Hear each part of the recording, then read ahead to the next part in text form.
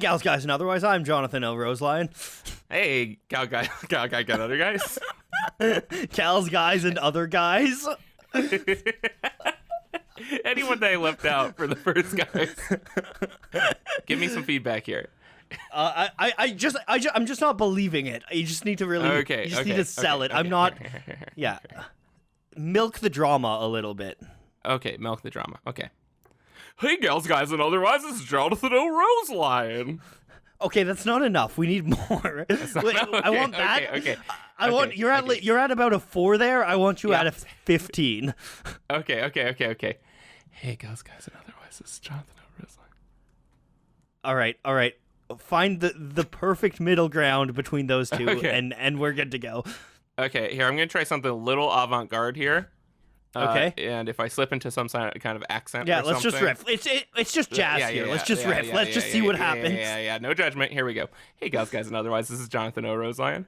And I'm Noah, also known as Polyphonic, and you're listening to Horns and Wings, the podcast where I swear we do talk about Saga sometimes. Yeah, that's what we're doing. Yeah, no, that's not exclusively what we do. No, we're not talking about Saga though. This is my favorite issue of Saga. Yeah. Actually, though, this one I am really excited to, and I think we're taking a step away from Saga for a worthy reason this time, rather than just us dicking around. We're gonna talk about an anthology. Oh boy, that's gonna be fun throughout the entire episode. We're gonna be talking about an anthology created by creators of color, and it was put out by Beyond Press and edited by Tanika Stotts, and it is called Elements Fire, and that's what we are talking about today. Theme music.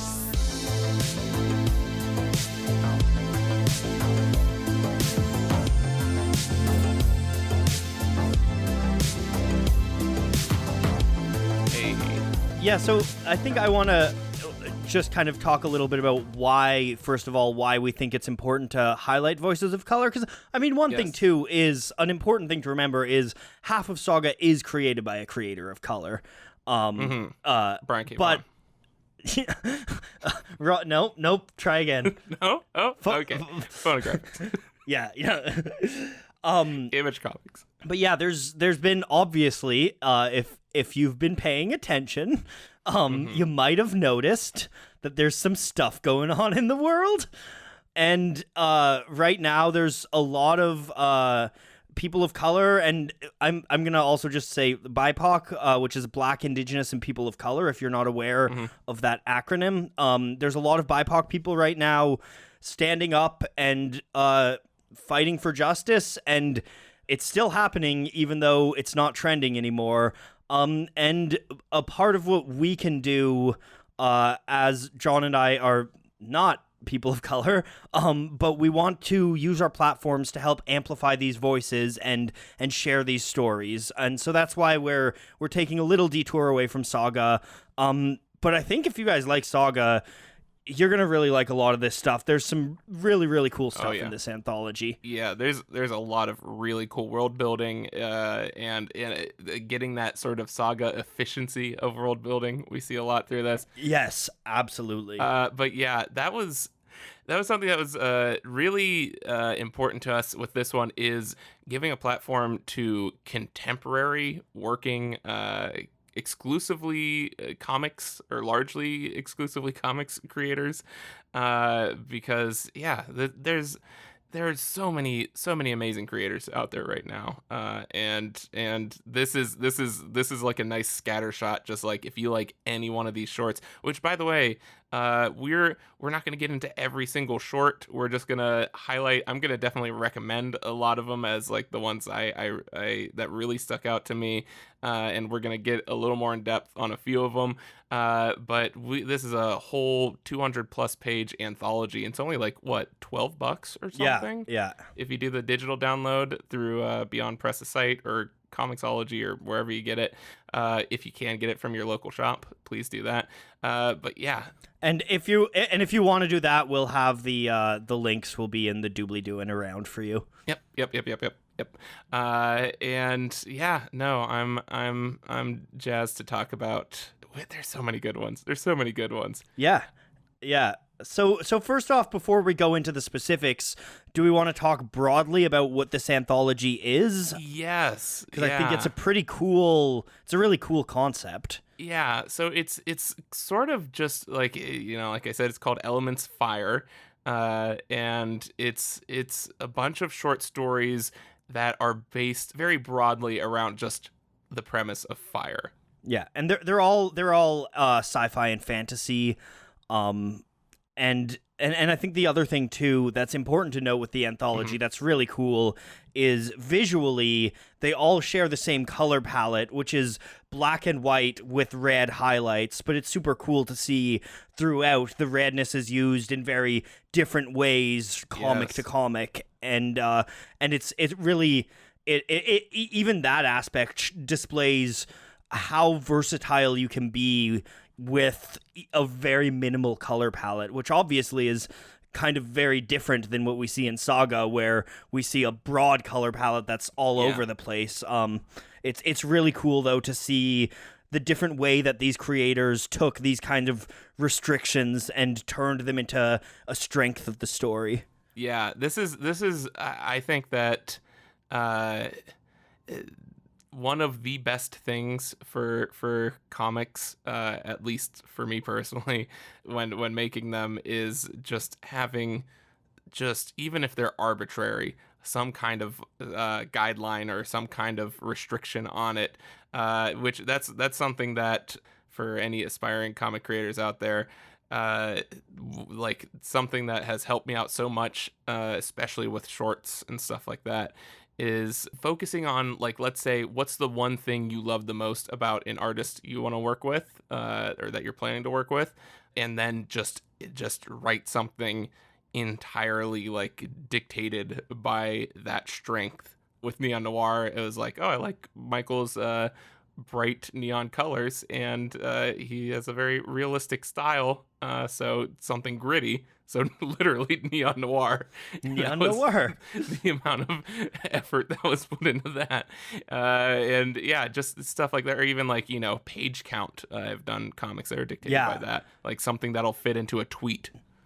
That's actually something very similar to this too, there's not a strict page count on it. Clearly different stories are different pages, but they're all shorts. And again, another restriction that creates some like really powerful storytelling, especially because like so much of these in like 4 pages build this giant world where you can like see this whole mythos behind it, and you just like, you're like, no, I want more. I want to see more about this world.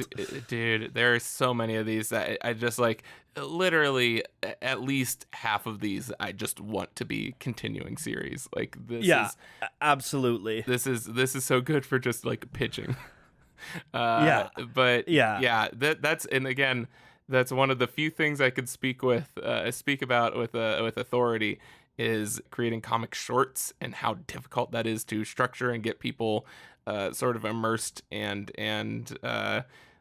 just caring about what you're doing at all, and making that. I feel like the hardest thing is just making it satisfying, like having that something close to a beginning, middle, and end with a certain amount of pages, and it is the most economic storytelling you can do. And I do think that there's some shorts in this that really swing for the fences and don't quite hit the mark in terms of like I feel like a lot of it was just like, I was just kind of bummed out when it ended, because it was like, I want more pages of this. But it's super interesting to see different people's takes on that. Noah, what do we start with here? Maybe we could start with each of our favorites. Is that a good place to start? I feel like, what, I want to end on our favorites. The favorites? Okay. Let's go out on a bang.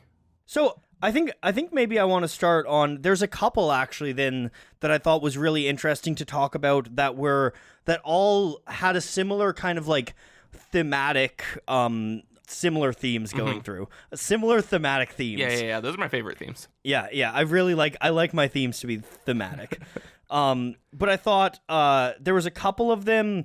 Actually, one of them, the very first of the anthology, which is called "From Ashes We Heal" by Ko Chen.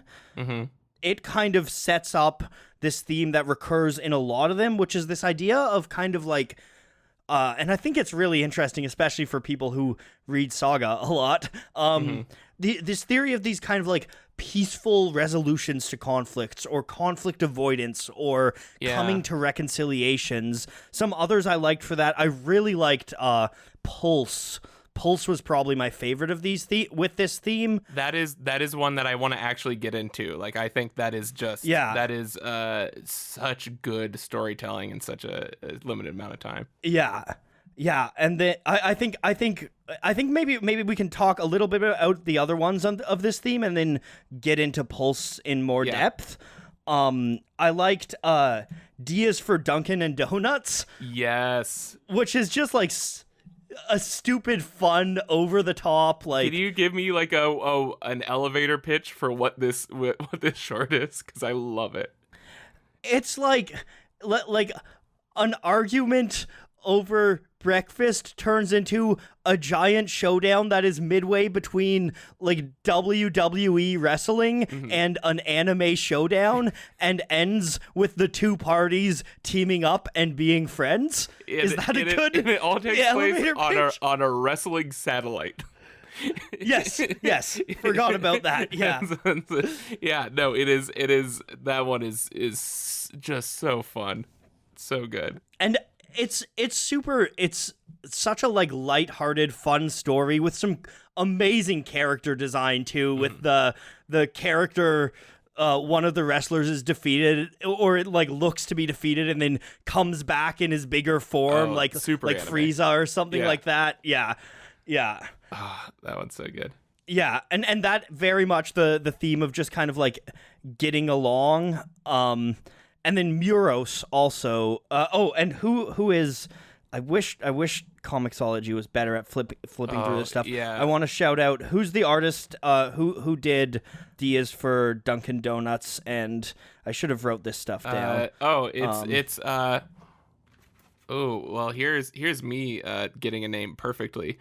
Oren Mia Williams did Dias for Dunkin' and Donuts. Yeah. So shout out.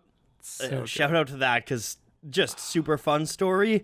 And then also on the similar themes, Muros by Genoa Revuelta and Melanie Ujimori, which is really cool, where it's kind of just it's this kind of little like snippet of this world. This one I really, really liked too, where it's this person where it seems like some kind of apocalypse has happened to mankind, or some kind of catastrophe.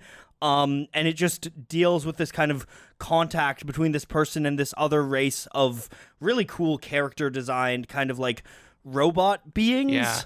And just kind of this moment of first contact in a very accepting way, but also like exploring the fear and the terror of not knowing what's going to happen when you're going to meet someone new, when you're going to you're going to bring your humankind down onto this new planet. I really love the splash page in this, where the character says, "I'm terrified," and there's kind of all these questions of what would happen. And it's a very abstract page with the character kind of in this void with red and gray dancing around them. Mm-hmm. I always love, that's one thing that I always appreciate in a short, is if they, because I feel like one of the first things to go is the splash page if you're trying to tell a story as sort of compact as possible. Yeah. But I really appreciate when I see a splash page in a short, which, if you'll notice, all of my shorts always have multiple splash pages, irresponsibly so, but I just love them so much. I've read too much Saga. But yeah, no, there are some really good splash pages. Or there's one short, which, boy, am I not going to try to find it. You'll notice it when you read the book, because this navigation is awful through here. But there's one short that's just a double page spread. That's just it, and it's so cool. This is, I love it. If nothing else, like, this book is such a treasure trove of like just finding new creators. It's like finding a rad playlist on Spotify where it's like, oh, there's all these new artists that I like now, all this new music I've discovered, where it's just so many cool creators. There's so many Yeah, and there's so many cool like there's cool storytelling, and the visuals are also incredible. Mm-hmm. I really like Muros for that one. Mm-hmm. And then also I think kind of on this theme of peace and acceptance and kind of like bridging misunderstandings between different peoples, Mm-hmm. whether it's individual or societal. And I think that brings us to Pulse, which is I think Yeah. the first one we want to talk about in a bit of depth because we both really loved this one, right? Yes. Yeah, this is the first. I feel like this is the first one that I like just straight up fell in love with reading through this book. By the way, the double page splash one is Caldera by Gemma Saloom and Tanika Stotts. Yes. I'm sure I pronounced both of those Tanika very Stotts, wrong. who edited put this whole thing together too. Oh, cool. Uh, Cool. Yeah, she's awesome. But yeah, do you want to Yes. what's Pulse about, John? So Pulse is we start out in a spaceship, and which now I'm just realizing this cool little sort of cloud-like essence around the character here, which we can try to figure out in a bit. But we see clearly a very futuristic sort of space-esque vessel that is flying into a break in a storm, and we see it has one person as who's piloting this thing, and we see her caption box that says, "I've been waiting years for this moment. Can you hear me? Am I getting through?" And we see that it's that the clouds are breaking in this storm, and we find out that she's going into this storm and is notifying whatever's in the storm that she's a human researcher from the planet Earth, and she's come to set up a local translator. So whatever so they'll be able to communicate to each other, and now there won't be any barriers in future communications between our people.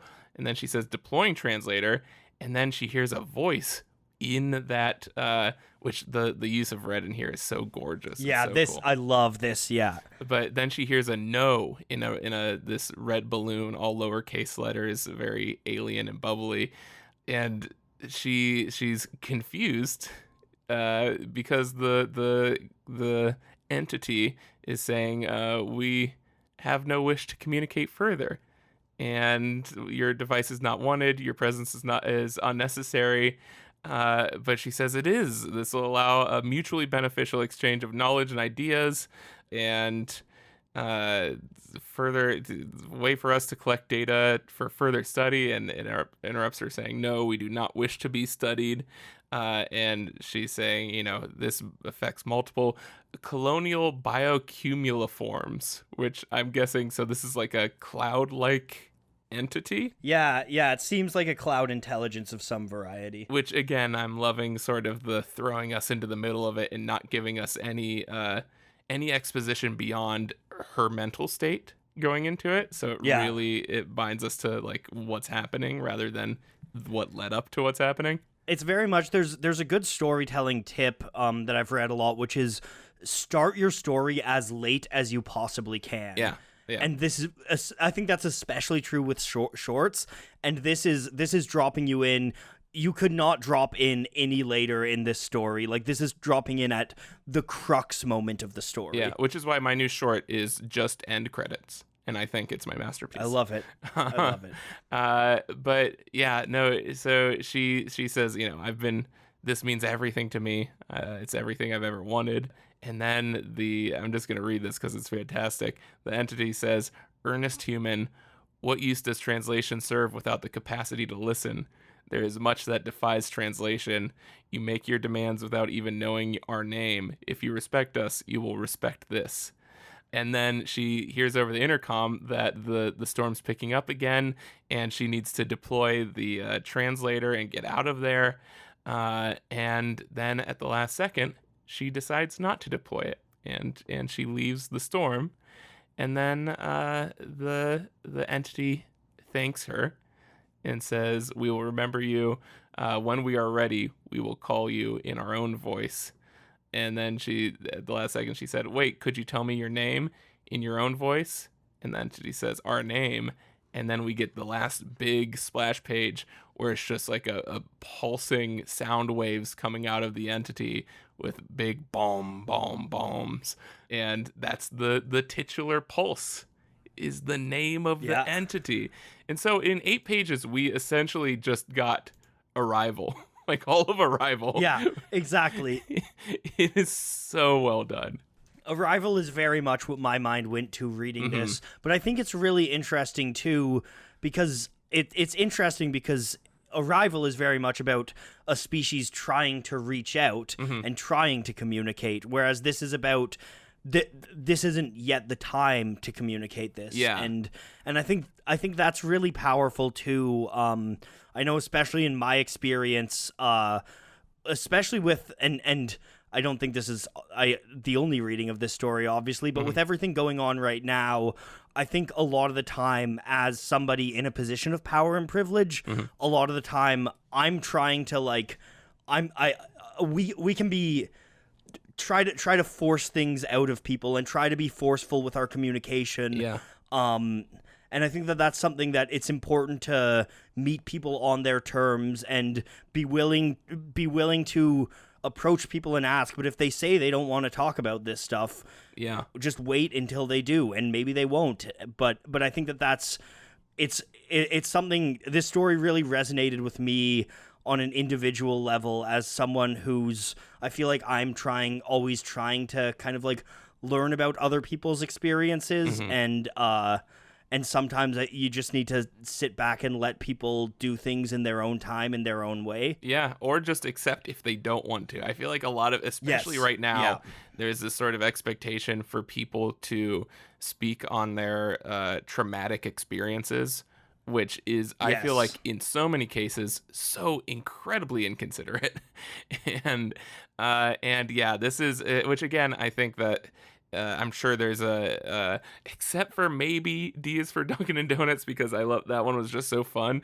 But with everything else that really resonated with me in this, it's I love shorts that have this sort of, it's based mostly around just this sort of moral epiphany, or it's just like it really resonates with you, which, you know, it's Pulse, of course it resonates. Which, oh, by the way, this is Dershing Helmer is the creator of this. I don't think we mentioned that. Oh yeah. But I love this art style. I would love like just a whole animated feature in this art style for sure too.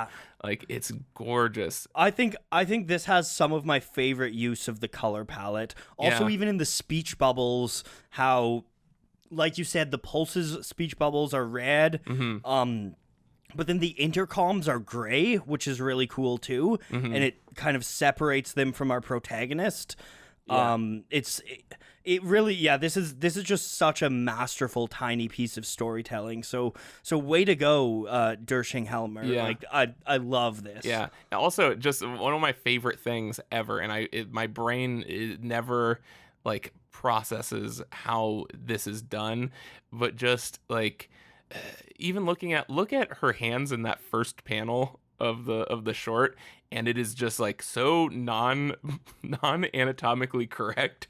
Like, it's so sort of squiggly and fluid, but like it is so believable, and every emotion hits perfectly, and it's so like exaggerated in such a fun way that gives it such a movement that there's so much talent here. And I discovered that Dershing Helmer actually has a webcomic called The Meek. Ooh. So if you like that and want to check more out, you can go to meekcomic.com. I will definitely be checking that out, because I loved this story. Yeah.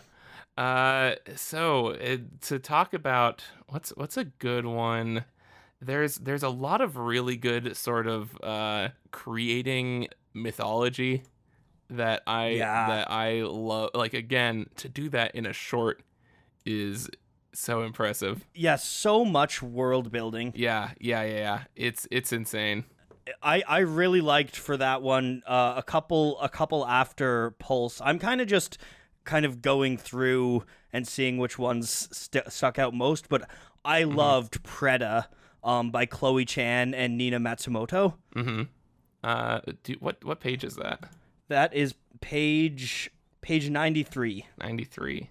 and it's this kind of like cyberpunk story about how awful late capitalism is. It tells kind of the story of someone who works in a factory making like biochip implants, and yearns after an implant that is being advertised a lot called Phoenix, which presumably makes you kind of like strong and powerful and beautiful, but then also just explains, kind of like explores, I don't know, capitalist alienation and the pressures of this was very real to me. She kind of has a sit down conversation with her boss where the boss says that it is against the facility's nature to force employees to upgrade themselves with these implants against their will. That being said, I've tried my very best to let you keep your job, but you have to meet us in the middle. And that would just like hit me, because I'm like, this is 100% the direction we are going. This is like, it's very much well, we can't force you to do something, but we can let you go for some constructed reason if you don't do it. Yeah. Like, that mentality exists very much with us now, and it adds a whole other level of moral complication when you're like looking at like biochip upgrades and implants and stuff like that. And I love the art is super good on that one. Yeah. Which to also bring up another short that is very similar, the Update. Yes, yeah. By Christina Steen Stewart, who, fun fact, I know Steens. She's one of the coolest people. She's a St. Louis native, and runs the fantastic Comics University every year through the local library. So if you ever want to meet me in person for some reason, I frequent those. Those aren't happening this summer, but yeah, no, she is incredibly cool. And honestly, I could see us having her on this podcast at some point to talk about, because she does. I would love. She's doing Heart of the City, a comic strip now that is fantastic. But yeah, no, she did one called The Update, which is very much in that style, where it's a character who lives in a city that is run by an OS, an operating system. Yeah, I thought that was so cool conceptually. Yeah, and it's sort of like it literally starts with her on the bus, and she sees two people, one sort of talking loudly and excitedly, and then the two people kind of just pop out of existence. And it's this idea of like everyone needs to conform and be running at highest capacity, or they will be changed so that they do so. And if I've ever heard of anything that is more representative of a capitalist society, it is this specifically, which I love. I love the use of the fire theme in this, which is that the city and everything is referred to as the hearth, and the idea of throwing someone out of the fire if they're not efficient. But at one point they say, we need to keep your efficiency at 100%. Everyone is part of the eternal fire that is PIOS, the operating system, and you're just a wet log. And your obsolete updating is almost complete, and it's sort of just this like super Twilight Zone-y, like we need to reset anyone who is not efficient. And I think a lot of this also speaks to the way where, I mean, obviously we are all kind of affected and alienated by late capitalism, but I think it's also important to note that through intersectionality, these forces weigh even harder on people of color functioning within this system. And I don't think it's a coincidence that there's a couple other stories that within this that kind of weigh into that as well.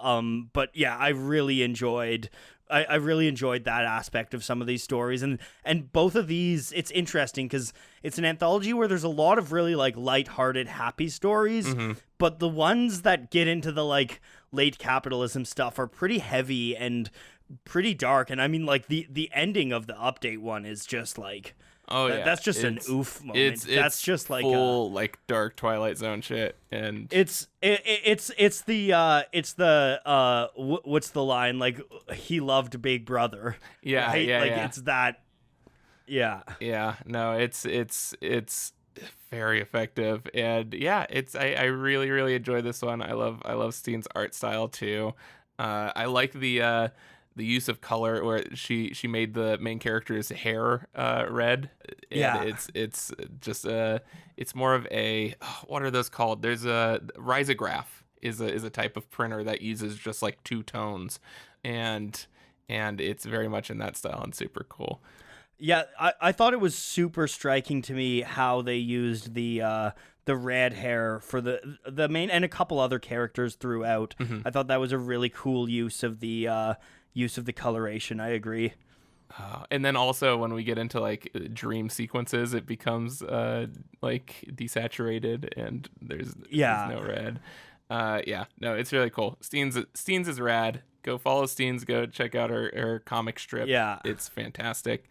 But yeah, this one was just I really love the premise of it. And also I feel like it's one that tells just like I feel like it's one of the ones where I don't want it to continue because it tells such a complete and effective story on its own. I agree. I think that's one where I would totally be interested in exploring that world more. But that story itself is a perfect, complete story within this world. Like I need to know nothing else about this character and her arc. It's really incredible. Good stuff. The story immediately following that one in the anthology has some of my favorite art. Yes. The story is Breath Plucked from Heaven by Shivana Sokdeo. And just it's just stunning. It's the most kind of the closest to photorealistic art in a lot of in the anthology, I'd say. And just some really, really beautiful landscapes. This kind of like rural, almost like agrarian landscape with this giant old statue head that's kind of like wedged into a crater. Really, really fantastic art. It really reminds me of like those like first issue Fiona Staples art where it's a bit scratchy, but every line is so sort of intentional, and the figures it creates are somehow just like so anatomically spot on. Have you ever played Gris? Yeah. The watercolor. This reminded me of the aesthetic of that. Excuse me though. It's the French gris. Please, no. Gris. Do you not understand the French language, Noah? I actually do. I'm Canadian. Well, I thought you were American. I'm pretty sure it's canon that you're American. Also, can I just point out with that art style, I love at the end of it, one of the characters' heads turns into like a flame and it becomes like very scratchy and cartoony, and that is such a cool juxtaposition of that like very like if you look at the top panel on that last page, it looks like it could be rotoscoped, like how good those hands look and stuff. And so to have that with that, it's almost like a One Punch Man effect of like that super plain face and like the hyper detailed environment. Yeah, it's so cool. I love that. For those of you who want to look, that's page 203 on in the anthology. Yep. Yeah, so cool. Yeah, I agree. It's it's also story wise, it's a really cool story. Just kind of about like endings and saying goodbye to a loved one, which is something that is very real and we all need to do all of the time. And it's a very, it's just a really intimate story, exploring that. Yeah. Which, you know what, speaking of that sort of, that kind of more fantasy mythological type feel, One of my absolute favorites was Under the Flamboyant by Tristan J. Oh yeah, Tarwater. which is also the next one in the. Is it? That's Nice. actually that's the next one in the anthology. We got after this. we got a good little run. But yeah, it's Tristan J. Tarwater as the writer and Michelle Nyen as artist, and it is so like, I mean, well, first off, the art is like Pixar levels. The art of is gorgeous. It is so dynamic, and it's really cool. It's very there's a ton of shading, a lot of really great detail. So amazing job, Michelle Nguyen. I think Yeah, you I'm generally very- Nyen. Nguyen. Nyen? Yeah. We'll go with whatever, baby. Yeah. I feel really bad about that one.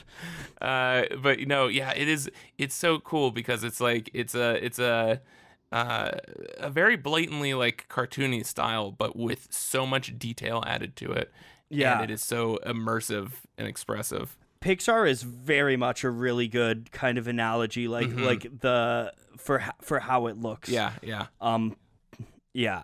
Yeah, and just like really cool. I love the creature design Yeah. of this little like four-eyed bat. You know what? thing. How about we? I feel like this one is one we can sort of give a quick rundown of, because I really love. Yeah. It's yeah, a pretty yeah, simple yeah. story, but it's really cool. So it essentially starts with an older sister, Tati, and her younger sister is how I'm reading this, and Tati's going into this forest despite her younger sister's pleads with her not to go. Tati says that they're essentially trying to find, I'm guessing, a third sister who has disappeared, and the sages have not given her a satisfying answer as to where her sister has gone. So she's going into the forest to find a spirit, and apparently there is knowledge to be had from the spirits. She leaves her sister behind and goes deeper into this forest, and finally we see the first bit of color here is the leaves of the flamboyant, which is this gorgeous tree. It looks kind of like a werewood from Game of Thrones. Yeah, exactly. And so as she gets there, the sages had gathered under the tree and are leaving, and so she starts climbing the tree, and saying essentially she wants to track down a spirit, and she starts to drift off to sleep. And then I love this beat. Suddenly, as she's falling asleep, this creature sticks its long tongue, like darts its long tongue into her ear to wake her up. And it's a super, I love anytime there's like really defined action in one panel, like where you know exactly the motion of the action and the speed of the action just from one panel. But it's this like you said, a bat-like creature with four eyes and this long tongue, and she grabs it, and it struggles, and there's a whole like she's chasing it up the tree as it tries to fly away. I love this panel with her chasing it up the tree, because it's got her on kind of a higher branch, and this like trail of line that shows the pattern the bat took, kind of like flying up and looping around. Yeah. It's a really cool, like unique kind of clever way to show motion. Yeah. And she finally grabs the bat creature and tells her, I want to know where my Tia is. And she left on her fishing boat 3 days ago. Her boat washed up, but she's missing. And the spirit's like, I'm not here to answer your questions. And she's like, I caught you. In the old stories, a spirit, when held in mortal hands, must answer the person who catches them. And the spirit says, ask the sages where she is. She says, I don't know. And the spirit, with sort of a coy grin on their face, says, tell you what, I'll give you something better than an answer. I'll give you the ability to find her yourself. And She says, on one condition, if you can answer the question asked of the sages before they are initiated, I will answer your question. She says, I accept. And the beast asks, in a really, really cool, striking close-up panel of just the 4 eyes, the creature asks, why do the sages meet under the flamboyant of all trees? Which, again, flamboyant is also in red. Yeah, great lettering, like great lettering there. And she explains, the red of the flowers is for the fire of knowledge, which burns. The sages give up family and luxury. The fire burns because of their sacrifice. And then the creature smiles and says, that's right. And then spits this sort of red whatever at her forehead, which knocks her out of the tree. And the spirit says, knowledge requires sacrifice, little one, as it flies off. And she wakes up and she has, it looks like blood running down her forehead. And she opens her eyes and suddenly we could see sort of in like this really cool red sort of sketched out, like non-inked in sketched out effect, all these spirits everywhere. And then I love the artwork of the spirits. I think it's so cool. Such a good use of color, such a good use of penciling. That's such a Miyazaki sort of thing to do, just like a scratchy, hollow spirit. Like that's so smart. And again, very much dictated by the lack of palette and everything. And then we realize that this blood or whatever it is dripping down her face, all of the sages we've seen have this sort of marking on their head that's like red, a dripping red dot. And one of the sages finds her and says, "Oh, girl, what have you done?" But she says her eyes hurt, and but the sage says the pain will fade in time. You'll have to acclimate to your new gift. And the sage kind of takes her leads her to the other sages, and the girl says, "So much, but so beautiful." And then we see the creature kind of watching and smirking and flying off. And so now she has the gift of this vision and this knowledge of the other sages.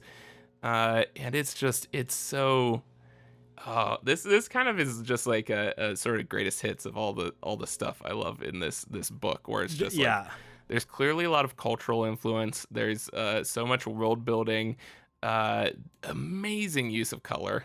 I love the world building in this one. Mm-hmm. I love this kind of like it's just by giving you so little, they hint at this giant mythology. Mm-hmm. And it's they tell such a good story to show you this mythology. Mm-hmm. And the world, I think good world building is when the world and story play into and improve each other. Mm-hmm. And I think that is 100% what you have here. Yeah, especially I love that it's like, instead of just an exposition dump of saying something that everyone in the scene already knows, like I love that that's the requirement of her gaining knowledge, is they have to answer one question, and using that as the way to drop the exposition. I'm a sucker for rules like that, which again, very Miyazaki, very kind of like a lot of fairy stories where there's just kind of these rules of magic that are just the rules, and that's how they work. Answer me these riddles three. And I mean, that's a very Saga thing to do too, of like tell a secret to cast a spell. Oh, absolutely. Yeah, that's so true, actually. Yeah. And I like that it's sort of like, it's not necessarily, I think it's a really smart ending, because how you understand that it's going to play, like, you don't actually see her reuniting with her sister or anything. You assume that it's, this will lead to saving her sister at a due to her sacrifice. But like because of knowing how the sages work, sort of her fate from this. And there's sort of that whole knowledge comes with a cost kind of moral to it. It's just got a bit of everything. I really, really enjoy it. Yeah, I think it's fantastic. Do we want to, I think we've looked at a bit of them. Do we want to go to our favorites now and start to start to look at those, or do we want to flit through a couple out more? Here. Oh, so I'm gonna. I think we covered a lot of the sort of. Oh, another one I want to quickly shout out, because I thought it was just like really beautiful and cute, is Meta Helmet. Meta Helmet is entirely kind of silent. There's no dialogue. Oh yeah. And it's just this really like another one with just a beautiful world and this really fun kind of walk through this sci-fi fantasy landscape thing. Mm-hmm. But yeah. Yeah, no, that one's super good. It's almost entirely visual, so I'm definitely gonna say go read that one. Yeah, 100%. That's one that you gotta see to experience. Mm-hmm. Oh, and also just one more thing about the Under the Flamboyant. I just wanted to say that I appreciate that like it has that quality, it like the tone of it, because it has a sort of downer ending, but I love how sort of like folklore that is, where it's just like here's the like it seems like one of those like sort of depressing stories you tell children to like a fairy tale them. Yeah, and also it's very like sort of Plato's like allegory of the cave type of entering you, like the sacrifice to enter a new realm of knowledge and comprehension and stuff. It's very cool. Okay, but here, how about you? Because I'm kind of torn between two favorites here, but we might have some overlap. So what are you going with? I'm certain we have overlap. My number one favorite is A Burner of Sins. Okay, well, I think we were down to pretty much the two, because mine is A Burner of Sins and Breathe are my those are my favorites too, and those are the last two of the anthology, and I think that they are it is good, very good placement putting them there, because I think both of these are stories that just like you gotta take a minute after reading, like they both really leave you with an oomph. For sure. Yeah. So I guess I'll do A Burner of Sins, and then you can do Breathe. Absolutely. Oh, Burner of Sins is so good. So good. Yeah. So who did this? Who made this? So it's written by Jai Yang. It's penciled by Yasmin Liang. It's inked by Chan Chao.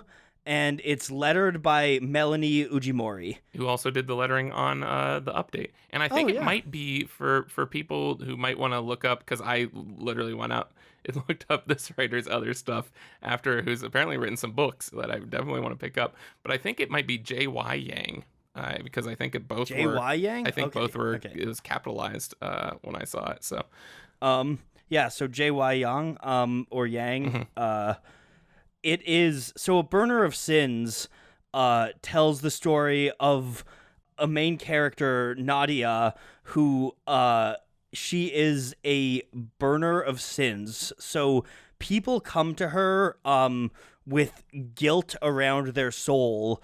And again, this is one where it's explaining everything. This is a perfect use of comics, because explaining everything is so much like less efficient than just seeing the images, but the guilt is shown as kind of these like squiggly lines wrapping around the people, and it's really interesting the way this kind of like, and the lines are red again, great use of the red, just kind of like binding and surrounding these people, and it's such a good visual representation of guilt.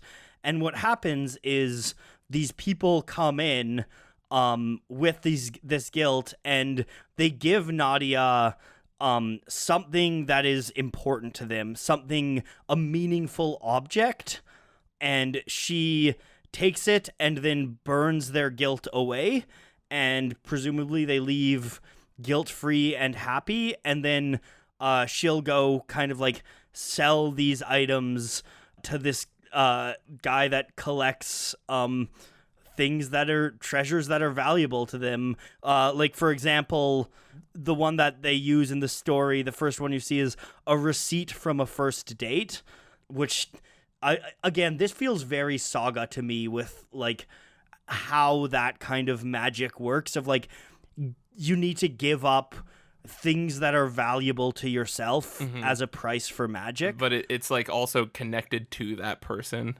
too. Yes. Yeah. Yeah.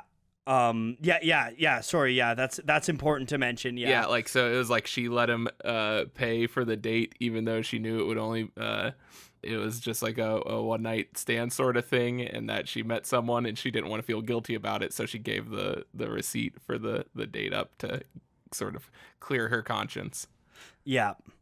Yeah. So you're giving up these items of importance, and then you get your guilt cleansed, and so we kind of introduce Nadia, and then our story proper kind of comes in when this woman who is just like completely wrapped head to toe in guilt, in more than anyone else we've seen, and she basically says she wants to stop feeling guilty. Her grandmother passed away. She didn't attend the funeral. She hasn't spoken to that part of her family for years, but she still feels guilty. And we actually even get an incredible panel of a heart with the guilt wrapped around it.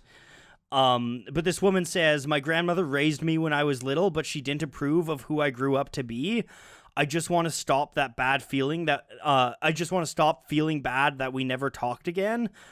And we learn I guess before she comes in, I'm botching the narrative of this, but we see that it is someone who went to primary school with Nadia. Mm-hmm. But we learn through a flashback and through the primary school picture that this woman, Alina, was designated male at birth. Mm-hmm. And so her guilt around her grandmother is that her grandmother would never acknowledge her gender identity. Mm-hmm. But Alina says that staying home would have killed me. I'm glad that I left. And Nadia says, well, I can't burn your guilt if you don't regret it. It's still tied to you. You didn't do anything wrong, so you can't let go of it. And God, this story is I feel like I'm doing it a disservice in this summary because it's just so beautifully told. I mean, it doesn't matter how much we describe this, by the way. Go read it anyway. It is like every inch of this thing is fantastic. Yeah, this one just it really hits me. But basically our protagonist Nadia says, well, if I burned the guilt, you'd lose all of your memories of your grandmother, and she's not willing to do that. And so Alina storms away, but then Nadia kind of like goes home and thinks about it and realizes that she needs to go help her friend. Mm-hmm. So she goes over and sees that Alina is in her apartment with this just like horrifying demon creature around her. Oh, this Junji Ito ass monster. Yeah, it's this it looks like it's this creepy thing with mouths everywhere, like and mouths for eyes and there's like gross tongues sticking out of all the mouths. Yeah. This long, like broken looking neck. Ugh. Yeah. And just as Alina's about to give herself to this demon, Nadia runs in and says, "Don't, that's a sin eater. It'll kill you." And kind of, again, great use of the color, projects this kind of like energy of flame from her hand and wipes away the demon and wipes away the guilt. But as the guilt is wiping away, we also see the grandmother's face wiping away with it. Mm-hmm.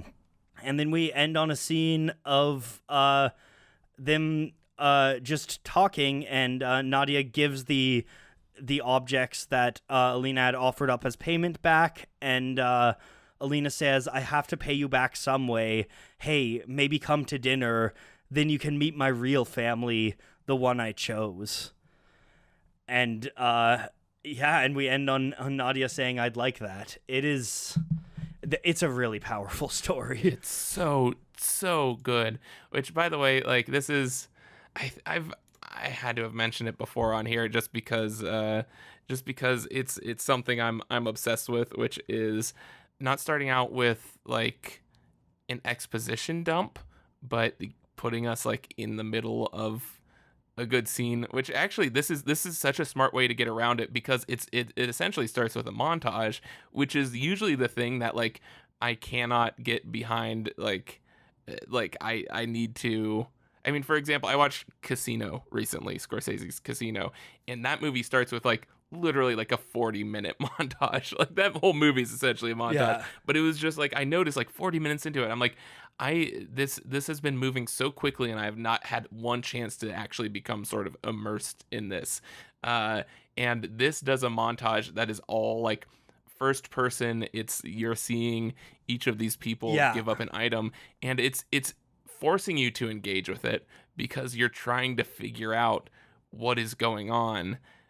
So it's almost the opposite. And even though we are getting expository voiceover here, is all very sort of cryptic, and so it forces you to engage immediately with the information it's giving you and trying to figure out how it actually works. And so by one page into it, you know exactly like how this whole thing goes down. It's such an efficient exposition dump, and such an exposition dump that you really don't mind the exposition at all. Like, it really immerses you. Yeah. And I think this is something that is worth noting. That the author is non-binary, so clearly there's clearly this is a personal story for them. It's, I don't know. I think this is, I feel lucky that this story, like, I don't have those kinds of experiences with family, but I know lots of people that do. Yeah. And I know that family is such a complicated baggage as is, and often when you're queer, because we live in a fucked up society, that creates a whole new level of family baggage, and it's a really cool explanation of, I don't know, how do you purge guilt for things that you shouldn't feel guilty about, right, but that are weighing on you. Yeah. It's so, and I really love that. Like, I'm a big believer in, like, family doesn't come before being a decent human being, and I've known plenty of family members and stuff, and other people's family members and everything, where it's just like people are exploited because of their family, or people are not respected or think they deserve respect just because they are an elder in the family, when, you know, they aren't actually doing anything to earn that respect and all this stuff. Like, this is such a message that so many people need to hear. Yeah. And is such a useful message. And the fact that it's sort of like, even like, how efficient is the storytelling that literally, what is it, 5 pages in, where Alina comes in, where it's just like, we know the gravity of like how entangled she is in this guilt, how much red there is. I think that is incredible when you see her walk in with the red around her. It's a very striking image that has set up everything. Yeah, this, I know I said this already, but really, really, if you're gonna read one, please read this, because my summary did not and cannot do this justice. This is an incredible piece of art. Yeah. No, it's so good. Also, the demon eater, or the sin eater, is just like, and I love it where it exists for like 3 panels. Yeah. And you just have such a good sense of what it is, and the darkness in this world, and how horrible and awful it is, like this sin eater thing, but also how desperate the character is to turn to it. There's just so much world building in such small scenes. And can I point out that, like, I thought I hated it when its eyes were like open and had the tongue sticking out. But then in a later panel, there's one where the mouths are closed and it's just like the teeth, the mouths, Yeah. ugh, hate it. Ugh, it's so good. Yep. Yeah, go check that one out. It's fantastic. And then let's talk about Breathe really quick, because this one is phenomenal. I also just want to say I just did a bit of research here. Another thing, if you want to check out more J.Y. Young after that, they have a novella, The Black Tides of Heaven, which was nominated for a Nebula and a Hugo. Great streaming service. Different thing. Okay. Yeah, so I think that's something that I 100% will be finding and seeking out. And yeah, just shout out to that. Check it out if you liked this story. Yeah, no, I'm there. I literally just have that's essentially my notes for this, is just a list of artists that I'm so jazzed to go check out all their other stuff. Yeah. But yeah, so with Breathe, which is the final, rightfully the final short by Kiku Hughes, and it starts with a girl who we see her face is sort of scarred, looks like burn scars, and it says "Now breathe." And the scars are red, which I think again, great great use of the color. Really, really good, good use of the extremely good use of the color in this one.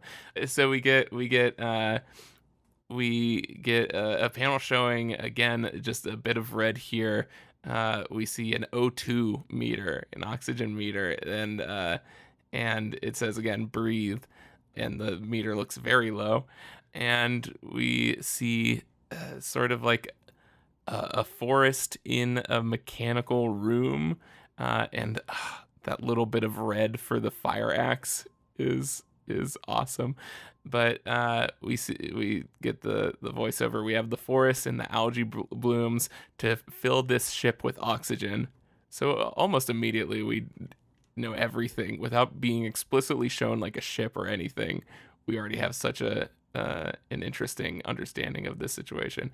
We have our family, friends, neighbors, and they're gathered around by other people with those red burn scars on their face, and we have the fire that powers the ship, keeps us alive, and so we know everything we need to know about this already. It's fantastic, and we find out that on their 14th birthday, they wear a white cloak and are given sort of this broom and dustpan, and are sent into the fire to clean up as much of the soot and the ash as possible.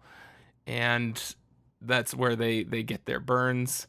And then when they exit the fire, the elders sort of determine the future of the person based on the shape of the soot on the white cloak. Yeah, very much like reading tea leaves or something like that.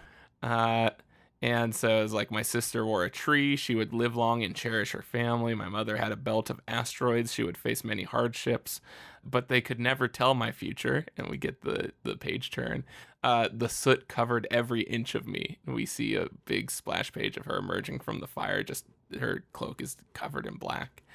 And my future uncertain. I found work in the sick ward. And we find out that oxygen is hard to come by these days because the fire eats so much of the oxygen. So, they're lightheaded, they go numb, they have hallucinations, but the fire stays strong.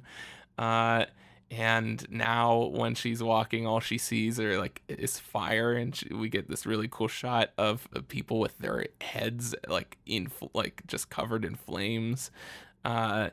And it is not beautiful. It keeps me up at night when all I need is sleep. It burns us all up. And they establish that when people die, their bodies are put into the fire to feed it, and then their ashes are brushed across a cloak. And then we find out that her sister, who was supposed to live a long life based off of the cloak, is dying, and it's the lack of oxygen. And she says, "We have all learned to hold our breath.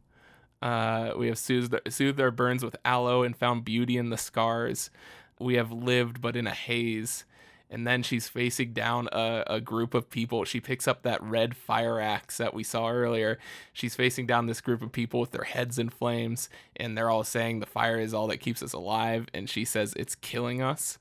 And then she goes into the fire room, and she breaks a water pipe, and it puts out the fire. Yeah. And from sort of the steam, we get that opening page, a new version of that opening page again, and it says, "Now breathe."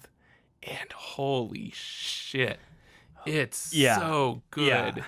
It's so good. What a story. Which, and I think we've been very sort of capitalism focused, but I think any sort of systemic harm like a lot of this applies to, any sort of system that we are built, that we are told to endure because we need it. We do not actually need it, or it might not be worth having even if we do need it. But just the amount of setup, I didn't notice until this read through, the setup for the fire axe as a little bit of red on that page, and we get the setup for the water with the right next to that in the where we see the that's so true. There's so much. It is so sort of iconic, and like the imagery is amazing. Like her being covered in soot. Yeah, the panel of her covered in soot, like standing in front of the flames. Like this is one that like it's everything about this is so cinematic. Like I could see this as a short film, and I would watch the shit out of that short film. And just her with a fire axe facing down the people with their heads on fire, saying the fire keeps us alive, is so cool. Oh my gosh. Yeah, it's super cool too. I love stuff like this that kind of like it mixes sci-fi and fantasy in a very cool way. Hey, who would have known that I like stuff that mixes sci-fi and fantasy? But with this kind of like generation ship concept, but then within it, this kind of like traditional spiritual cultural practices. I think that's something that's really cool, and it works so well to give a unique sense of this world in just a handful of pages. Yeah, no, it is fantastic. We gotta figure out what else what was it Kiku Hughes is doing. It's so good. Yeah, no, honestly, and that's like I feel like, because we really like did a lot of research, because I really wanted to find contemporary artists. I wanted it to be something that our audience would be interested in. So honestly, if you like Saga, like you are gonna, in the sort of sci-fi fantasy aspects of it and everything, and the social commentary of it and the characters and all of that, the efficient storytelling, pick up this book. It is so good, and there's so many good stories in it. Yeah. But yeah, this one is like I feel like the gravity of this one didn't hit me until like the second or third read through, like just because it comes off as so sort of simple, like in its like visually and in its telling, and how minimalist it is, and yet it accomplishes so much. It's just insanely efficient. And I would also say that this kind of, again, speaks to some of the themes we were talking about with the ones that criticize kind of late capitalism. And I mean, I see a clear environmentalist message baked into this one too. And defunding the police. Please. Yes.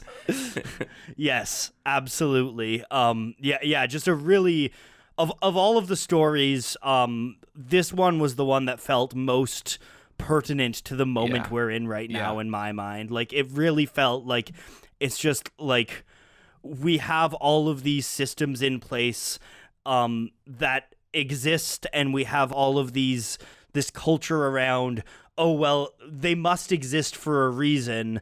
They need to exist, even though they are tearing our society apart at the seams. Yeah, no, it is. Yeah, Such a good challenging of that. Like, and I feel like that's one of the hardest things to communicate, and that's the beauty of sci-fi and fantasy. And I think sci-fi is most well known for this, is that portraying contemporary issues through this lens where you can kind of look at it more objectively, and sort of exaggerate it to an extreme to where it registers so much more. Because if this was like the cops on a ship are racist and very abusive towards their communities and stuff, like no one would like this would not hit nearly as hard in terms of sort of universal relating to it. I think that is what's so effective about it. Like, I honestly like buy this book and send it to like someone everyone that might not understand a lot of the positions you might have about the current situations. Just have them read this short, because I feel like that's such a good way to communicate just the entire concept of needing to get rid of systemic corrupt things. Yeah, I think that's as good a place to any to bring us towards the endings and questions of the week. And are we gonna do songs of the week? I didn't even think of that. Shit. I'm gonna say what's a good song? We didn't start the fire. I actually the whole thing, a lot of this stuff actually made me think of Blood of the Past by The Comet Is Coming, featuring Kate Tempest. The Comet Is Coming do a lot of kind of like cosmic cool jazz stuff, and The Blood of the Past talks a lot about especially a lot of the kind of like capitalist criticisms in this. I really related to that song. Totally. Yeah, no, I'm gonna I feel like there's too many with this. If anything, we could say Fire, Jimi Hendrix. Yeah. There we go. Yeah. And I think another thing worth noting is as you probably assumed, this is only the first in a series. Elements Earth is also out. Is it out? So it looks like it. Yeah. Looks like you can buy a digital PDF of it. Nice. I didn't even know that. Yeah, I was just looking into this now. Shout out to how devastating is this, Noah? This is actually right before the pandemic, but Star Clipper, my local comic shop that I've sung the praises of many times, closed their location that I would go to constantly. No! Devastating. That was before the pandemic. And so now I have to go to Illinois. Oh God, no. But they shout out to them, because they were really hyping this book up a lot, and that's what had me, that's why I looked into it in the first place. Just to remind everyone, we covered maybe a third of these, if that.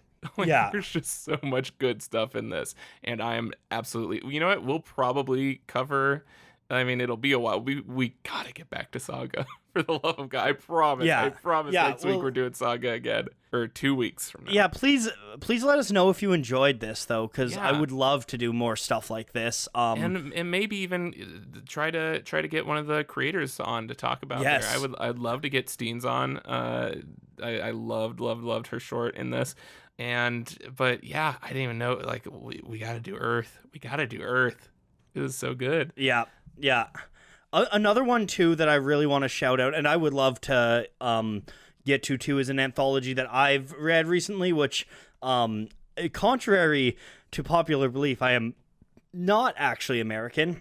I'm Canadian. Jury's still out. But there's an incredible anthology called This Place, 150 Years Retold.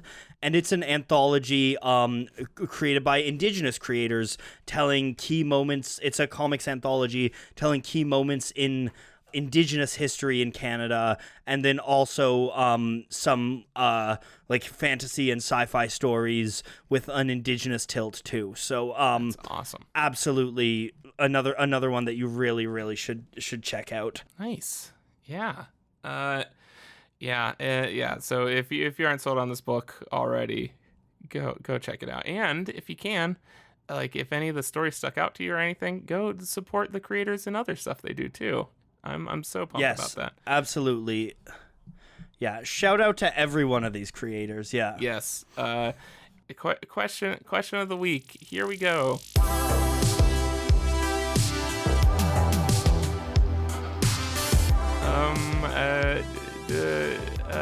I have a question of the week.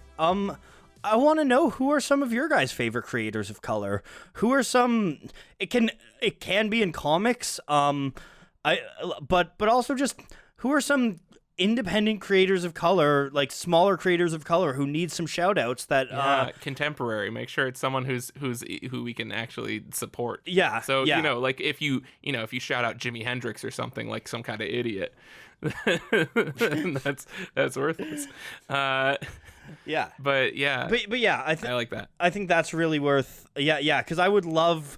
This is another thing too. Is just just more diversity in ideas, more diversity in storytelling. People of color have different life experiences, and that makes for different stories. And as we saw, dude, there's some really fucking great stories. Even like the blatant cultural sort of influence that you never see.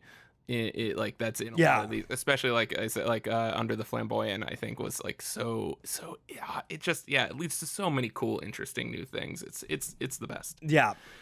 Yeah. So yeah, I'm happy with that question of the week. That can be our solo question of the week. Yeah. And we'll give a bunch of shout outs for the next Between the Arcs when we read those answers. Remember, you can leave those comments on the pinned comment on the YouTube version of this episode, and the pinned tweet on our Twitter account. And also, heads up, for the time being, we are switching to an episode every 2 weeks instead of 1 week, because oddly enough, because it's exhausting being in the world. Yeah. Oddly enough, it is. I just saw an Onion article the other day that was like, man expected like the most stressful point in his life to be his most productive or something. It is like the most accurate shit. But yeah, no, it's we're just trying to juggle a lot of stuff, and this podcast is is fun for us, and we have to have it for so long, so we're trying to keep it sustainable and not a chore. Yeah. Which I'm glad, like, this one was we obviously read a lot more than we usually do, because this is a 270 or whatever page book, but this was such a blast to do this one. Yeah, and please let us know if you like us doing this kind of thing, because there's so many other comics. I mean, obviously we're gonna keep doing Saga, but eventually we're gonna catch up. Exactly. And this kind of stuff, I would love to do this kind of stuff more. Yeah. I think it's really fun. And we'll get into other Brian K. Vaughan stuff. Hopefully we can get it. Oh, how fun would it be to get into Fiona Staples did some Archie comics with Mark Waid. Oh my god, when really? They did like the reboot. It is so good. It is some of my favorite comics ever. Is her and Mark Waid's Archie. So we'll get into that stuff. We have plenty of ideas, but yeah, I really like being able to do one-offs, and like I said, I want to bring in like actual creators and stuff to talk about this. So that'll be fun. Yes, absolutely. Yeah. So thanks for watching, guys. Thanks for letting us indulge this, and thanks for and being awesome. Yeah, and as always, thanks for Tanika Stotts for editing the book and putting it together. Thank you to Beyond Press, and no thank you to Brian K. Vaughan and Fiona Staples for once. You're worthless to us fuck you, now. BKV. Oh, and as always, our classic outro that we always say whenever we do one-off anthologies is, of course, Noah. Breathe. Bye. You know, like the comic, like, I you don't know, get it. like the thing we just read, like, you know how it ended on breathe? Maybe I should have said now breathe. Nope, it was perfect. Nope, it was perfect. Okay, good. Bye.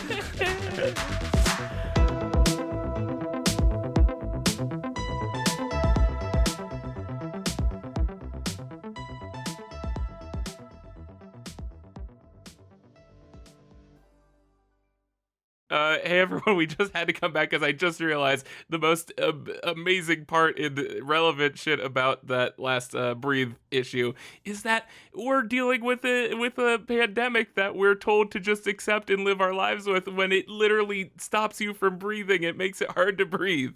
And it's the most relevant shit, and it's amazing. Also, like, we're dealing with a bunch of protests spurned by someone being choked out by the police and saying, I can't breathe.